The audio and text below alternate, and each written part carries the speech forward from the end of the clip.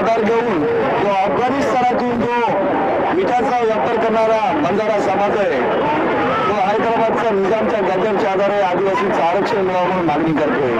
ते आमच्या ताकदचा मागण्याचा प्रयत्न करतात, परंतु हा देश कोणत्या निजामाच्या कोणत्या हैदराबादच्या गॅजेटवरती चालत नाही. तर भारतरत्न डॉक्टर बाबासाहेब आंबेडकर यांनी जे संविधान दिले त्या संविधानावरती भारत देश चालतोय. ह्या बाकीच्या आरक्षण मागणाऱ्या लोकांना मी सांगतोय. त्याचसोबत बंजारा समाजासोबत धनगर आहेत, धनदानगे आहेत, मोठमोठ्याने उद्योजक आहेत, पैशावाले लोक आहेत, तेही आदिवासींच्या गरिबाच्या ताटातलं आरक्षण मागण्याचा प्रयत्न करतात. त्यामुळे मी त्या मागे सांगितलंय, हे मनुवादी जातीयवादी द्रोणाचार्य कपटी गेंडेच्या कातडीचं सरकार शिस्ताडासारखं झोपून आदिवासी आणि बंजारा धनगरांमध्ये वादावाद नावाचं कारस्थान सुरू करे, आरक्षणाच्या नावाचं षडयंत्र रचण्याचं षडयंत्र सुरू आहे. त्यामुळे मनुवादी सरकारच्या छाताडावरती बसून आज हे आदिवासी बांधवांचं दलित बांधवांचं उलगुलाम या जिल्हाधिकाऱ्यावरती धडकलं आणि आज कलेक्टरांना त्या माध्यमातून निवेदन देण्यात आलं. परंतु या मनुवादी जातीवादी कपटी द्रोणाचार्य असलेल्या गेंडेच्या कातडीच्या फडणवीस, अजित पवार आणि शिंदेना माझा जाहीर इशारा आहे. आदिवासींच्या दलितांच्या आरक्षणाला जर धक्का लावण्याचा प्रयत्न केला, आमच्या बाबासाहेबांच्या संविधानाची छेडछाड करण्याचा प्रयत्न केला आणि आम्ही जी भाकर खातो त्या भाकरीवर बाबासाहेबांची सही लक्षात ठेवा. आणि कोणी छेडछाड करत असेल, कोणाला गाजर देत असेल, ही गाजराची शेती तुमच्या समोर ठेवा आणि या गाजराच्या शेतीपायी दलित आदिवासींचे नुकसान करू नका. अन्यथा आदिवासी भागातलं पाणी मुंबईला जातं, ते पाणी रात्रीतून बंद केलं जाईल. आदिवासी भागातलं पाणी मराठवाड्याला या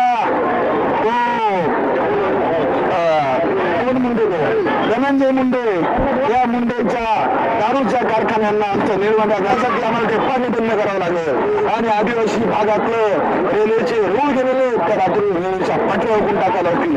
त्याचसोबत आदिवासी भागातून नॅशनल महामार्ग गेले, तेही आम्ही नांगराच्या माध्यमातून पुतळीच्या माध्यमातून उद्ध्वस्त करून टाकू. हा या मनुवादी जातीवादी केंद्राच्या काठीच्या सरकारला इशारा आहे. त्यामुळे कोणीही आरक्षणाची छेडछाड करू नये, कोणी संविधानाची छेडछाड करू नये. आरक्षण आमच्या हक्काचं आणि नाही कोणाच्या बापाचं हे या माध्यमातून सांगतो.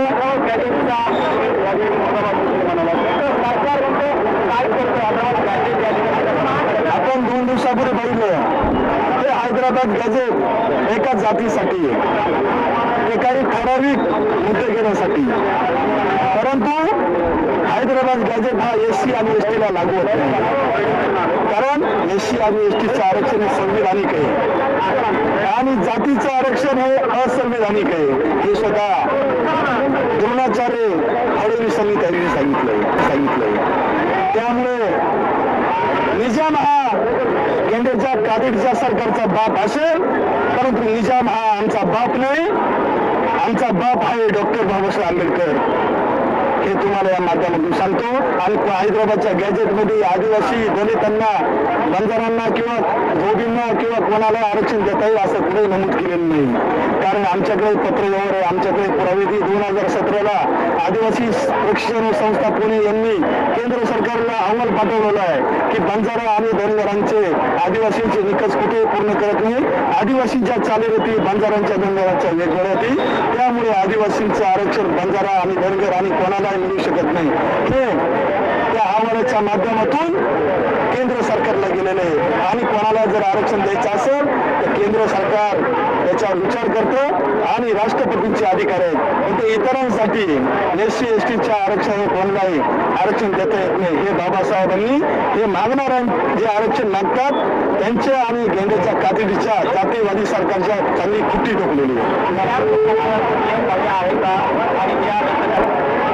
त्यांनी त्यांचं बघावं. परंतु JRचा हैदराबाद गॅजेटचं, निजामाच्या गॅजेटचं आदिवासी दलितांवरती तो गैरवापर होऊ नये याच्यासाठी आमचा विरोध आहे. आणि त्या हैदराबादच्या गॅजेटच्या माध्यमातून बाकी इतर समाजाचा फायदा होत असेल त्यांनी करून घ्यावा. आणि आम्ही मराठा समाज बांधवांनाही आरक्षण मिळावं या मागणीसाठी आंदोलन आम्ही उभे होतो.